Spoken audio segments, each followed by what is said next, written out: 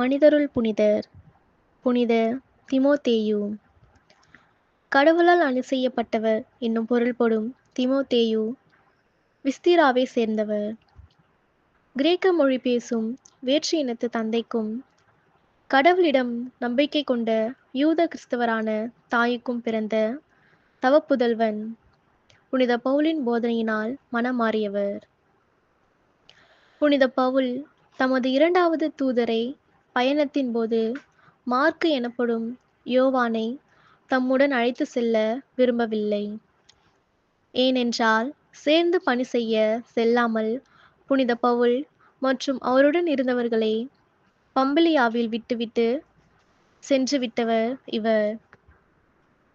அதே வேளையில் புனித பவுலுடன் முதல் தூதரை பயணத்தின் பயணித்த பர்னபா இந்த மார்க்கை அழைத்து செல்ல விரும்பினார். இதனால் கருத்து வேறுபாடு ஏற்பட்டது.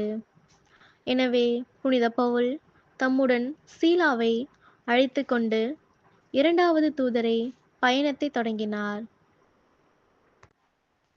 அப்பயணத்தின் வழியில் லிஸ்திராவில் இருந்த தீமோத்தேயுவை தம்முடன் அழைத்து செல்ல புனித பவுல் ஆசைப்பட்டார்.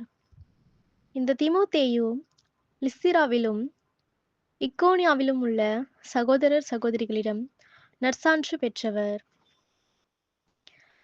இருவரும் பயணத்தை தொடங்கினார்கள். அந்த பகுதியில் யூதர்கள் இருந்ததால் அவர்களின் பொருட்டு விருத்த சேதனம் செய்து கொள்ளுமாறு தீமோத்தேயுவை புனித பவுல் கேட்டுக்கொண்டார். தலைவரின் கருத்தறிந்து விருத்த சேதனம் செய்து கொண்டார் தீமோத்தேயு.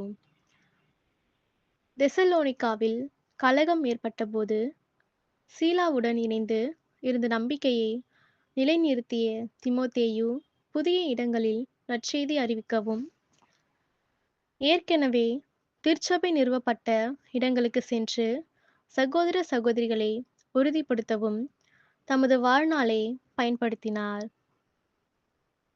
மாசிதோனியா, அக்காயா போன்ற பகுதிகளில் நம்பிக்கையை வலுப்படுத்தினார்.